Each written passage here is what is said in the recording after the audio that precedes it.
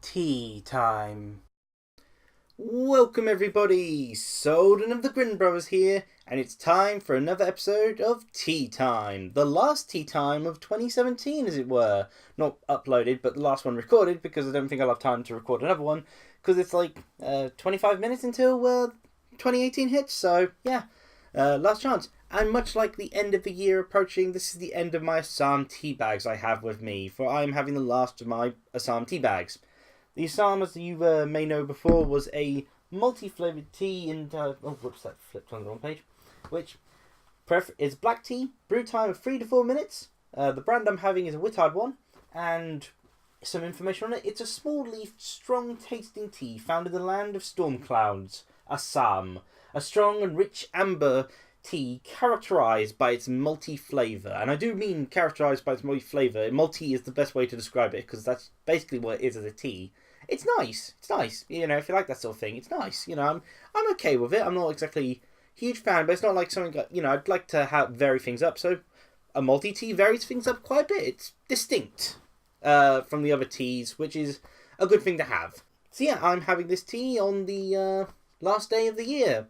And I'm recording at this time because, what else am I supposed to do staying up to midnight? I've been doing nothing but colouring in my Nanka Pokemon Miiverse Adventure drawings, and I'm not much of a fan of colouring in. It's driving me crazy after a while. So hey, this tea time is basically something to do instead. Also, it's bringing up something, a bit of a tradition every year. Whilst I had in this year do a top 6 favourite games of 2017, I am still doing my top 6 most anticipated games of 2018, with one special mention at the start being that I'm hoping this is the year Sneaky Ninja actually releases. It hasn't got a confirmed release date for this year, but it was supposed to release last year, but of course the creator has to go and get married. How dare he delay the game because he's found true happiness and love. So, you know, Sneaky Ninja should hopefully come out this year, hopefully still for the Wii U. I'm going to definitely play it on that. And, yeah, I'll be able to show off everyone Egg Nanka. Yep, she'll be an egg. In any case, here is my top 6 most anticipated games of 2018. Of course, not every game to be released in 2018 has been revealed so far, but that's to be expected. You know, it's more games tend to get revealed at E3 that actually come out that year, which is not common really, but... In any case, when I first was doing this, most of it was actually basically becoming an E3 list. Though there was one game that did sort of spring up that was like, oh, that wasn't even at E3. I forgot about that. But, you know, handy thing. And this 6th spot, it was actually a pretty close one. Code Vein was very close to being on it. I really like the artistic styling of Code Vein, and I think I'll have a good time playing it. Though it's definitely basically an anime version of the Souls series, and I'm not a huge fan of the Souls series, but I've also been curious about trying it out, and Code Vein just has more of an artistic sort of, you know, has the setting and styling that I prefer to try the Souls series out. The Souls series kind of feels like, well, it kind of has, you know, there's no good ending really to it. It's always doom and gloom, whereas, you know, when it has a bit of an more anime styling, there's more hope that there'll be something good happening. But Code Vein didn't make the list, because number 6, of course, beat off the list. The big game that everyone's excited about, Nintendo's E3 presentation, Sushi Striker, The Way of Sushido for the Nintendo 3DS. Of course, this was the big game that everyone was going ecstatic over. I know, I can link you to a video where it shows that everyone was going nuts over this game, and that totally wasn't the fact that someone placed over Sushi Striker over the image of Metroid Prime 4. No. Everyone is nuts about this game. It's basically the Nintendo 3DS's swan song game from the looks of it. Developed by Nintendo, it's a simple looking puzzle action game, but it's got so full of charm and humour to it.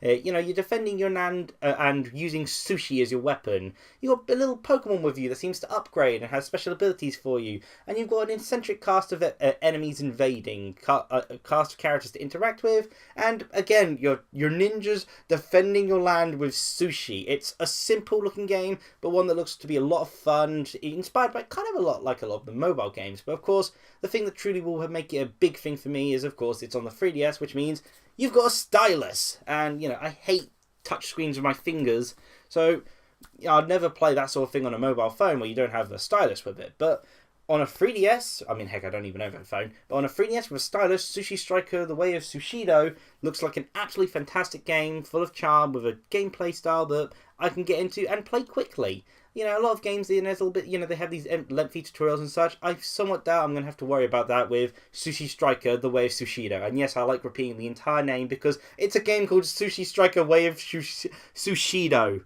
It's awesome in concept entirely, and I'm really looking forward to it. I'm not joking. I am actually really looking forward to this game as like that final game for the 3DS. Well, aside from ones I've yet to play, which are in my backlog.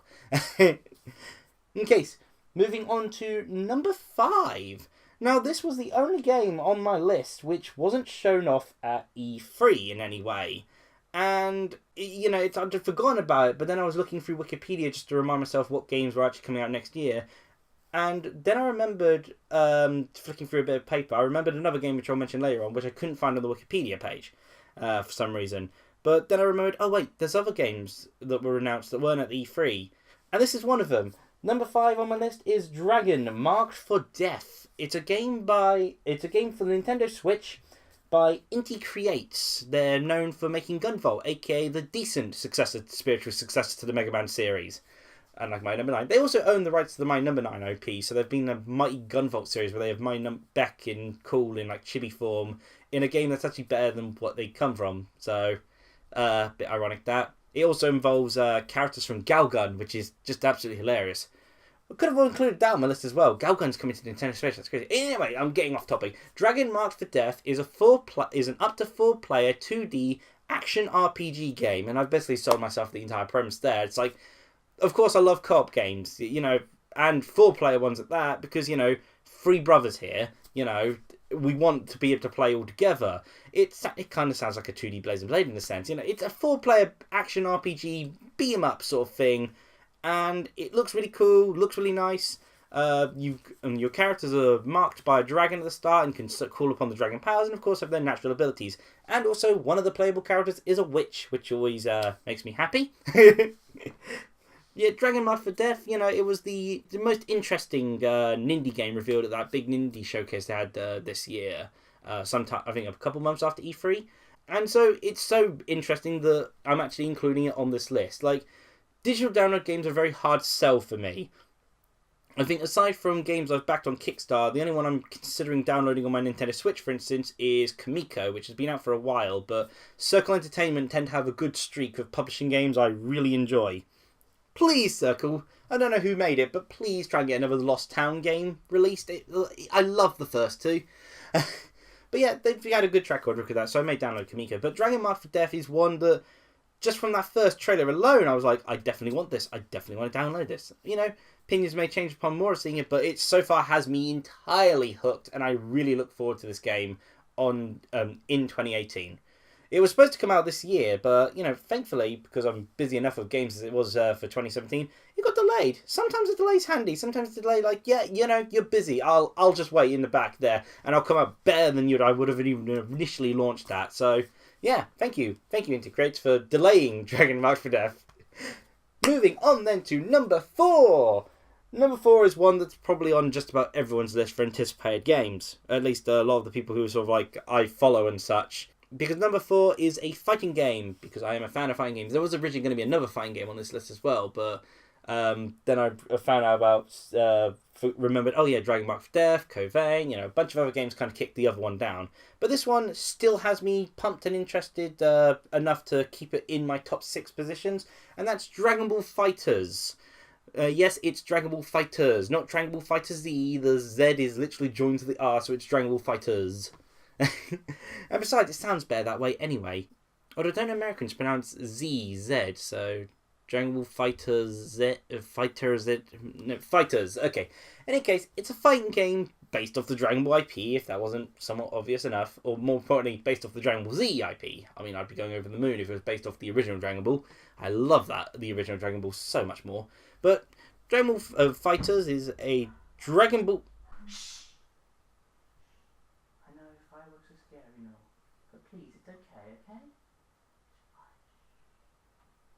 Where was I? Fireworks have been kind of interrupting me. Maybe not a best idea to record this tea time on New Year's Day. In fact, I could be using the interruption artwork during this tea time. That'd be quite amusing. Anyways, Dragon Ball FighterZ, it's a fine game by Arc System Works, known for the Guilty Gear and, more importantly for me, the BlazBlue series, which me and Rafi absolutely love playing. It's a simple-looking fine game, but it's got so much charm and spectacle to it. But more so than charm and spectacle, it seems to be very faithful to the characters. I mean, sure, Goku looks kind of boring in it with a very limited moveset, but at the same time, what he does have is all like directly lifted from the manga, the anime, and his game source materials, and just about every other character as well. There's been some little twists to some of them, like Kid Buu, for instance, has like one of Super Buu's ultimate sort of thing. So, they've played around a little bit with, but otherwise the characters you could literally take manga panels or anime frames and you can see where they've been attacking, where they got the source materials for each attack from. It's amazing how faithful they are to the series. Truly mind-blowing, and it's also got an original story mode to it, which is not something you really used to really see with Dragon Ball Z fighting games. It was just play through the whole story again. Even Xenoverse, whilst it is somewhat original, is heavily inspired by Dragon Ball Online, taking most of its inspiration from it, and is a retelling of the Dragon Ball Z events, just inserting a character in. It's still going over the same events. Dragon Ball FighterZ, all brand new sort of stuff, although, most of the characters are going to be like clone fights and stuff like that, but that's to be expected. The roster looks cool, although I'm hoping for some more interesting additions through the DLC. But it looks great, and it's got a good pedigree in terms of the people behind it are ones who make fighting games I do enjoy, namely the BlazBlue series. And it's already looking like it's going to have a lot of support from the general fighting game community and the general sort of people in overall. And I think I'm going to really try to get myself into it, sort of thing. Who knows, I may, even with my Xbox One version I'll be getting, even pop online, try to take on the more competitive people online. Not something I usually do, but I've been more confident about going online with my games. So yeah, let's do that with Dragon FighterZ. Ha! My team is probably going to include Ginyu, though he seems pretty tricky. Gotenks, though he does seem tricky. And I can't decide. Yamcha's a good choice. Hit's cool. I'll have to play around to see who I like, but I'm really happy Ginyu's in. He was definitely one I wanted. In any case. Moving on to number 3. Oh, wow. Okay. Sorry. Oh, yeah, because the fireworks keep interrupting me. Number 3. And the fact that this game is only number 3, despite how amazing the demo I've experienced of it, is a testament to how many good games are actually to look forward to next year. When I was thinking, I probably can't do a top 6 anticipated games list, but no, no, there are so many good games coming out next year that I'm actually really interested in. Which is a problem. I've got a big enough backlog as it is about wanting more games. Number 3 on my list then. I've experienced the demo this year and it was an absolutely fantastic experience. It gave me so much hope for me actually being to fully involve myself with the Nintendo Switch, which as a system, interesting but hasn't been to fully engross me. But that game that has really got me pumped up for experiencing on the Nintendo Switch is Project Octopath Traveler. I'm kind of questioning whether the Project Path is going to keep staying in its name forever, but Project Octopath Traveler is a game for the Nintendo Switch. It is a turn-based RPG by Square and Acquire, and the people who are working in it are those who made the Bravely Default and Bravely Second series. The Bravely series being absolutely wonderful, sort of throwbacks to old-school RPGs, but with some nice little twists and innovations to them. Bravely Second in particular is pretty darn astounding.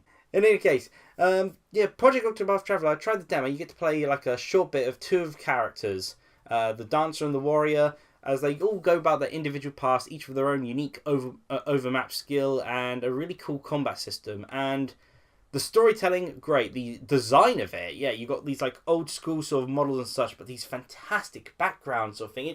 It's a brilliant blend of different sort of bit styles, but all uniquely done in high definition sort of thing. It's a look that is just beautiful in how well it blends together these different sort of art styles of the character models and the areas, and they do the sort of lots of cool little throwbacks to turn-based RPGs, like how your bosses, even if they're like humans like you, they become giants in the actual battles themselves for no real discernible reason.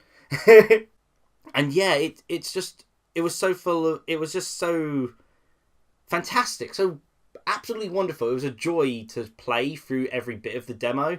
and just even just moving about, it's got so much love put into it. You can tell there's some games where you play and you can tell there's just a lot of love and charm sort of into an effort put into it all. And so I can't wait to play the rest of it and see what the other characters are. I've had a wonderful time with the demo, and I hope to have a wonderful time with the rest of the game when it releases in 2018. Okay, so before I have my tea, I guess I should cover number 2. And number 2 was a big reveal for me at the Xbox One's E3 conference. And the reason it is because it's a sequel to one of my favourite games on my Xbox One, if not my absolute favourite. I think it's number 1 or number 2. I think I'd say number 1 so far. And that game is, and one I wasn't expecting, but oh gosh, did I scream with joy when it was revealed, Ori and the Will of the Wisps. Now, I'm not 100% sure if it is coming out 2018, but I can't imagine it'd be delayed much longer. It's going to go a TBA sort of date to it, but I have a feeling it's a 2018 release, maybe a later one at that. But Ori and the Will of the Wisps is a sequel by Moon Studios to Ori and the Blind Forest, a Xbox One exclusive? No, I think it also came out on PC at a later date, but my Xbox One console exclusive, as Microsoft like to call it. It's being published by Microsoft yet again, and it is a Metroidvania platformer with absolutely tear-jerking cutscenes. It is a fast-paced sort of platforming game with little shooty sort of attacks that you do from wisps. It's got a really unique combat system to it, which helps give you kind of a flow where you can just keep moving constantly, shooting off of enemies and shooting down enemies before they touch you, and so you can just keep moving in a good sort of straight sort of line. But there's also a lot of platforming and a lot of exploration because it is a Metroidvania. You can go through various different routes and find shortcuts and all that. And it's also, again, the previous game is one that me and Rafi have actually played through on the channel. It's one of my favourite playthrough. I think I'd personally say it's my favourite playthrough of the Grimm Brothers so far, actually. I believe Ori and the Blind Forest is our best playthrough. Rafi would argue Fallout 4, I think, but I'd have to ask him in recording. But yeah, I think Ori and the Blind Forest is my personal favourite of our playthroughs. And yeah, Ori and the Will of the Wisps. It's superb looking game. It's following up from an absolutely fantastic game. So I've got very high hopes for it. I was a little disappointed with some sequels. Like, I was disappointed with Gravity Rush 2 compared to Gravity Rush 1 in terms of the scope sort of thing. But I don't think Ori and the Will of the Wisp is going to suffer that same sort of problem I had there. And it already from just that first trailer, it's like they struck the right tone yet again. The first Ori and the Blind Forest trailer made me almost on the verge of tears, and Ori and the Will of the Wisps did the same. And that's just the sort of reveals that gets more tear-jerking when you play those games. It's charming, beautiful, sad, and adorable all at once, but also in a very surprisingly fast action sort of game when you get to the encounters and such. You wouldn't think it from the looks of it. In any case, that was my number 2 of my top 6 anticipated games of the year, and I'm now going to try my Assam tea, which of course I've had several times before, but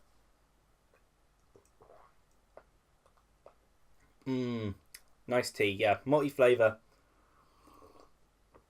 I think the milk sells it down just a little bit, but that's more so just on the entry. The multi-flavour still kicks in afterwards, so no problem. I haven't even tried it black, actually, and I've just used the last of it, so I guess I can't try it black. But, it's a black tea. I prefer it with milk anyway, unless you're going with something like Spice Imperial, in which case, oh gosh, that does not work with milk.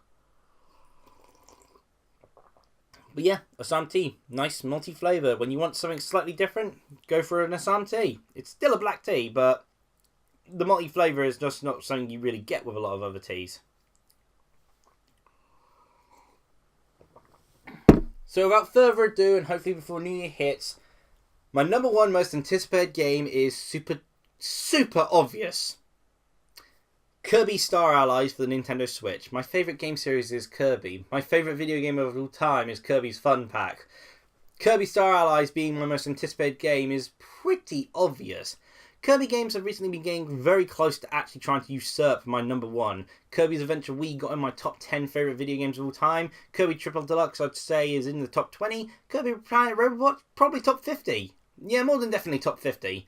A lot of these recent Kirby entries have been getting really close to trying to usurp Kirby's Fun Pack as my number 1 absolute favourite video game of all time. They're giving a real effort. And Kirby Star Allies looks like it could be the combination of all of them. It could be remembering the lessons it learned from Triple Deluxe and in great game design, Planet Robobot in effective puzzle design, and utilising the effectiveness of Kirby's Adventure Wii in being a console with 4-player capabilities as well. It's got a lot of features that look like they're coming from the Kirby's Adventure GameCube sort of release that, well, never released. It was cancelled, but it looks like it's borrowing a lot of elements from that, and that's really cool to see. It's bringing back powers. It's got Yo-Yo back in it. Yo-Yo! Kirby Star Allies, every single second of it I see just makes me squeal with joy. Kirby has gotten so much love recently, and as a huge Kirby fan, I certainly don't mind that one bit, because more Kirby is never a bad thing. Just keep giving me more Kirby. I will never get full of more Kirby. So Kirby Star Allies, without doubt, is my most anticipated game for next year. It's kind of a shame that these other amazing games have to put up with it, as it were, because there was no alternative. Kirby Star, like when I was thinking of it, Kirby Star Allies was immediately number one, and then it was just thinking of where the rest go. So those are my top 6 anticipated games of 2018. Feel free to tell me your own top 6 anticipated games of 2018. I'd love to hear them. Any systems and all that. So long as they're releasing in 2018, even re-releases in 2018, someday, some HD remaster and such, feel free to mention those as well, no problem at all. And feel free to share your thoughts on my own top 6 most anticipated games of 2018. I always get anticipated and favourite mixed up during these recordings. Anyway, I hope you all have a happy new year. I mean, it'll be New Year by the time I upload this, but I hope you all have a happy new year, because it's like 2 minutes till New Year when I'm recording this. And cheerio, everyone! I hope you enjoyed.